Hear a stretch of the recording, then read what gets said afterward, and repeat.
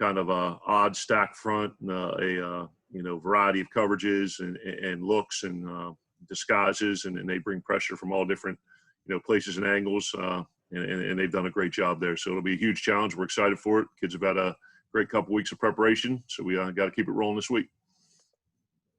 Thanks, Coach, and I invite people to raise your hand, and we'll get into the question and answer period. First, we're going to go to AJ Jacobson from Rivals. AJ, please go ahead. Yeah, Coach, you mentioned Iowa State, obviously, with all the angles and the different pressures you see and the shifting they do on defense. From a blocking perspective, what is the key to trying to account for that stuff? Yeah, I think it's identification. On first and second down, they align in an odd front. So with the 0-nose, 2-5 techniques, 2 inside backers, the challenge is the location of the linebackers and the safeties. So they do play with a 3 safety look, and really the identification of who's who and who's where, and where you're zoning to or who the point is in protection and things like that. That's what presents the most unique challenge. Just the identification and the variety of looks they're able to present from the 3 safety look. James Crapia from the Oregonian. Good morning. Morning, Joe. I know you said you'd faced the 3-3-5 before. I know it wouldn't have been in the SEC, and it wasn't out here recently. When was it? Was it at Fordham? Because I don't remember it in the Big Ten during your tenure there. When did you last play the 3-3-5? Yeah, well, when I was at Akron, our base defense was the odd stack. Okay. So we saw it every day in practice. At Fordham, Villanova ran an odd stack, and we played them, I think, 3 of my 4 years there. And then Stephen F. Austin, my first game at Mississippi State, was an odd stack. Now, those were a little bit of a different configuration. Iowa State's not a true stack per se. Their backers are kind of evened up in the box, so it is a little bit different in terms of how the box presents itself. But a lot of coverage structure, and they're very.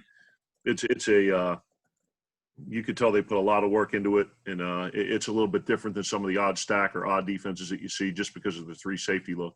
As a presents follow, the most unique challenge. As a follow, Joe, I know it predates you, but in terms of teaching your guys in this offense, they played Nevada last year and they ran a 3-3-5.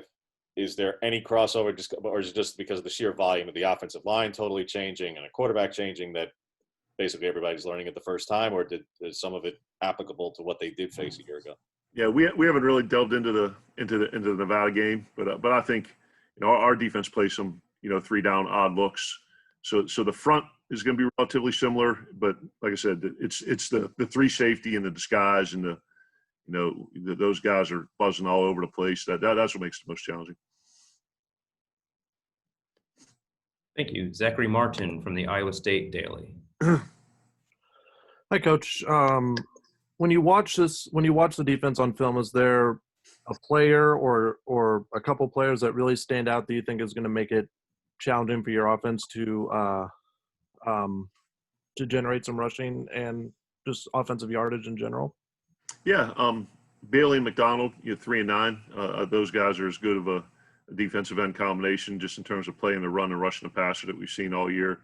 I think the Rose kid, number 23, player of the year in the league, incredibly active, very physical, great in pass protection. I think he has 4 interceptions as well. Always finds a way to just get his hand on the football or make a play. Just very instinctive, very physical. He's incredibly impressive. A good cast of defensive backs.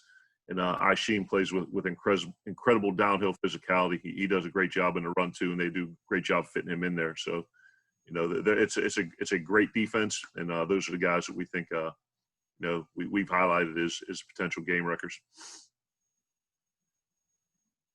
Thank you. Jose Romero from here in Arizona at the Arizona Republic.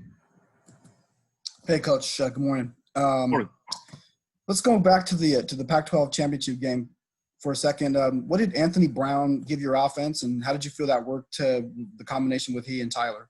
I thought it worked well. The guys, combined for 4 touchdown passes in a limited number of attempts, so they were efficient in their productivity.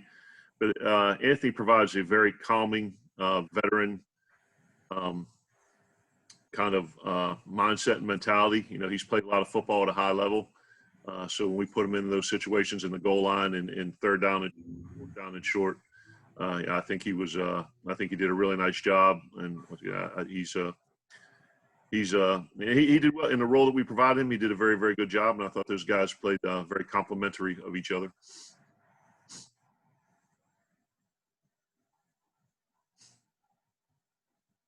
Matt from 247, please go ahead. Yeah, Joe. Shough was also another guy in that Pac-12 championship game to get a lot of run for you guys at running back. I'm just curious, what's his role moving forward this week with CJ's, I guess, availability potentially being up in the air a little bit, and just kind of what have you seen the growth from Shough this year? Yeah, we're doing what we normally do. Coach Mastro's rolling those guys through in practice and getting them the reps we need, and we've had an extra week of preparation, so we've been able to rep a lot of our plays against their multiple looks. But Shough is incredibly explosive, very, very fast football player, can make people miss in space, and I think the more touches he gets and the more game experience we provide him, the better he's going to play. So we're certainly excited about his immediate impact on this game and his future in the program. He's a very good football player. Go back to James Capria for a follow-up question. James. Between you guys just getting healthier and a little bit of a different matchup defensively, Joe, you mentioned even after the championship game about, you want to take as many deep shots as you'd like to do, as much as the next guy. Do you think that, again, not asking you to give away things here, but do you think that this may offer that more than maybe USC did in terms of what Todd was showing you? Yeah, I think we'll be able to be a little bit more balanced. And like I said, the fabric of every game is woven differently from a play calling perspective. And you really want to make sure that you're doing what you have to, not just to have the offense succeed, but, make sure you do the most important thing, which is to win the game. But I think, this matchup and our offense against their defense as it presents itself will probably allow for us to be a bit more balanced in our approach.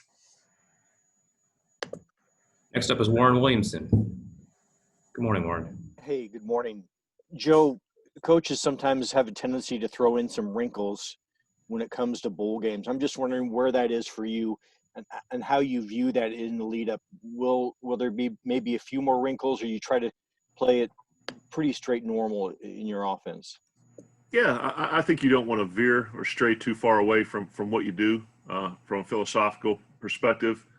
That's one thing that coaches tend to do is kind of outsmart yourself with time and overthink things. And but yeah, certainly there's going to be tweaks. Every week in the game plan, you get a little bit of extra time. So there'll be some different things that we do schematically. Maybe like I said, I don't want to give away too much, but yeah, the extra time allows you to delve a little bit deeper, into what you're doing and what the defense does, and making sure you're getting enough, plays on the call sheet that they're going to help you score points. Back to James. Joe, I realize that obviously you weren't here for the lion's share of the careers for Johnny and Jalen, and we'll talk to them about their decisions for next year. But if this is it for them, can you just speak to the impact that they had this season? Because, we can just talk about the end of first half plays that each of them made in different games alone. I would think they made pretty enormous impacts to you in the passing game in the one season you have been here. Yeah, I love those two kids. They bring an unbelievable amount of passion and energy and positivity, to the meeting room and to the practice field. Their approach is always the same. They're very consistent.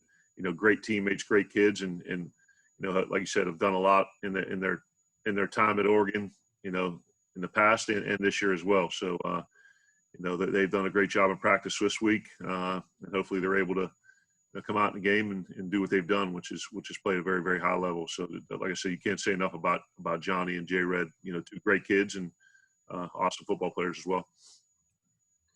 Go to Tyson Elger from The Athletic. Good morning, Tyson.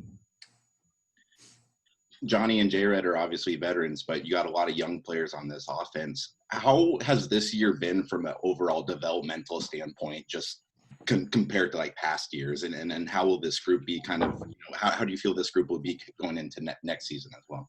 Yeah, I think it's been the challenge of installing a new offense with a new quarterback and, 5 new offensive linemen, exacerbated by not having spring ball and, kind of a limited fall camp, for them to do what they've done and be able to, score over 30 in every game but one and, move the ball with pretty good consistency.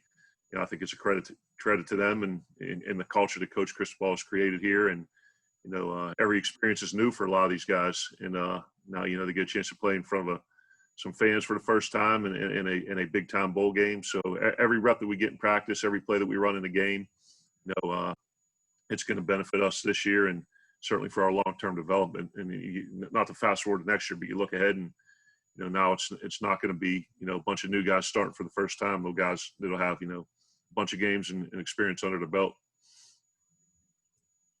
Matt Preem from 247 is up.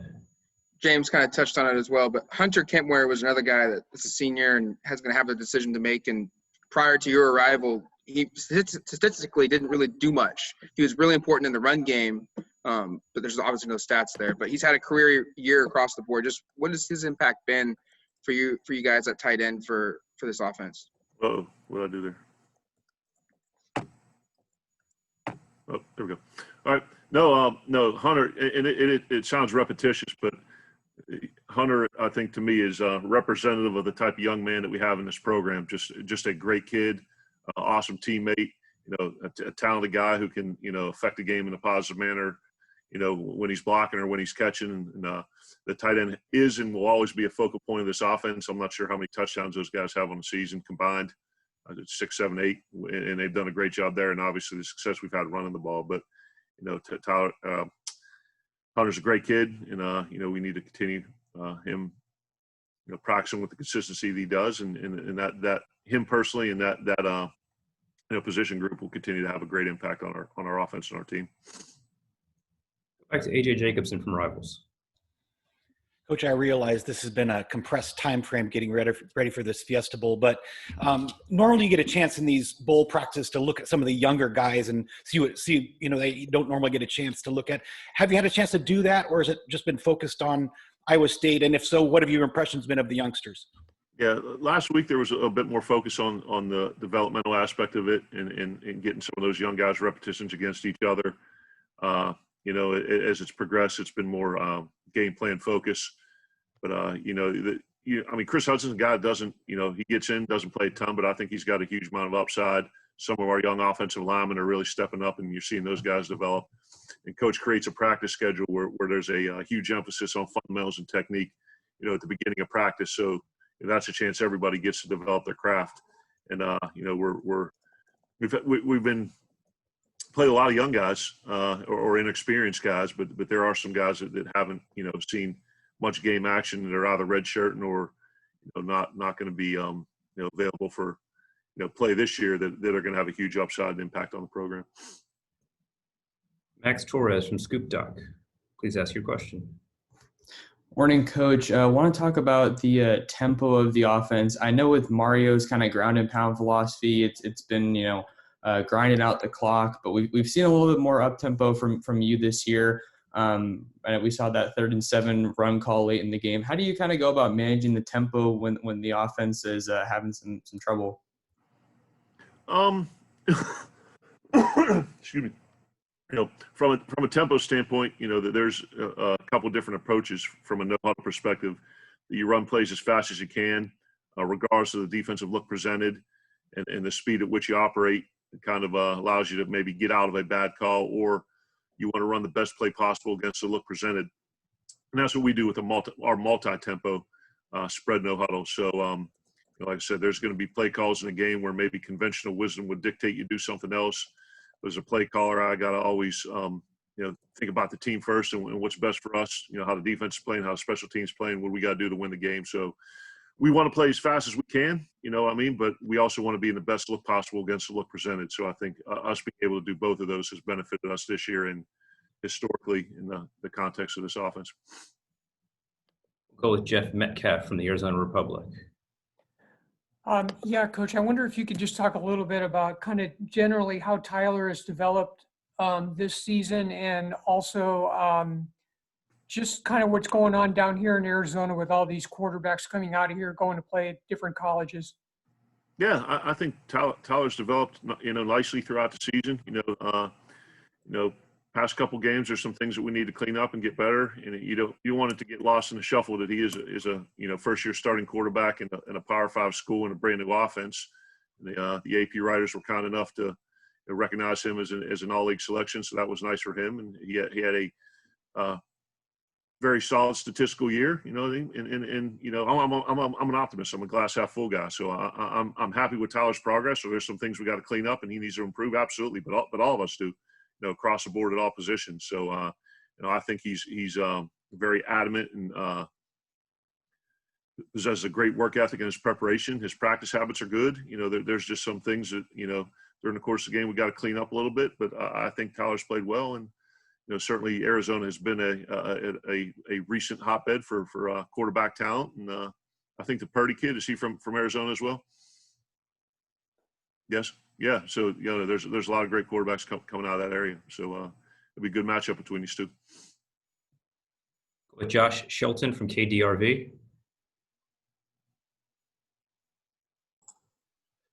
Joe, just had a quick question. Normally in a bowl season, you have almost a month between games. Has this been a little bit easier to keep the momentum and everything going through practices as you head into this bowl game, being only a week and a half, 2 week gap?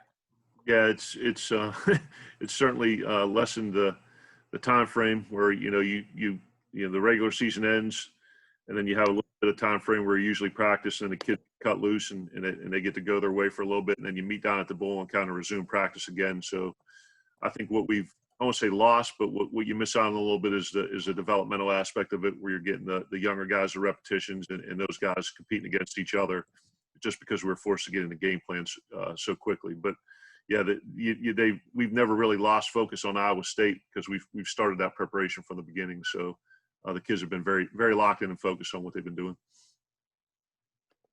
Our last question for Coach Moorhead will be from James Crapia from the Oregonian, and then we'll go into Tyler Shough. Joe, just back to Tyler. Obviously, everybody's been nitpicking the last couple of games, and it's small samples and the like. But what have you seen over the last week and a half of practice that you know, gives you that optimism that he's going to get back on track in this game and close the season on a strong note, like he was the first 3+ games of the season, as opposed to the last 2? Yeah, I mean, that's life. That happens in the quarterbacks. We talk about that. When you choose to play the position, you willingly accept the responsibility of, you know, playing the most scrutinized position of all organized sports. So, you know, players and coaches they're gonna be under that microscope, and you know, that's just, you know, part of the job description. So yeah, and the thing that I'm most proud about, well, I shouldn't say most proud. His approach hasn't changed, whether it's been success or some bumps in the road. So he's been very consistent in his approach. So now it's the application of the things that he's been doing in practice for 4 straight quarters, you know what I mean, and kind of eliminating some of those hiccups that have occurred in the last few games. So, you know, we need to get him playing with, you know, with confidence, you know, being very, you know, let's use the word again, very confident in his decision making, you know what I mean, and just kind of getting some of that juice and that swagger back that he had at the beginning of the year, which he has in him, you know, and you know, success breeds confidence. So we just need to kind of get him back on the bike again and get him rolling. Fantastic. Thank you, Coach Moorhead. Appreciate your time. We're going to shift here and be with the Tyler Shough, the quarterback, in 2 seconds. But good luck, Coach, with your final preparations. We'll see you here tomorrow night. Awesome. Thank you, guys.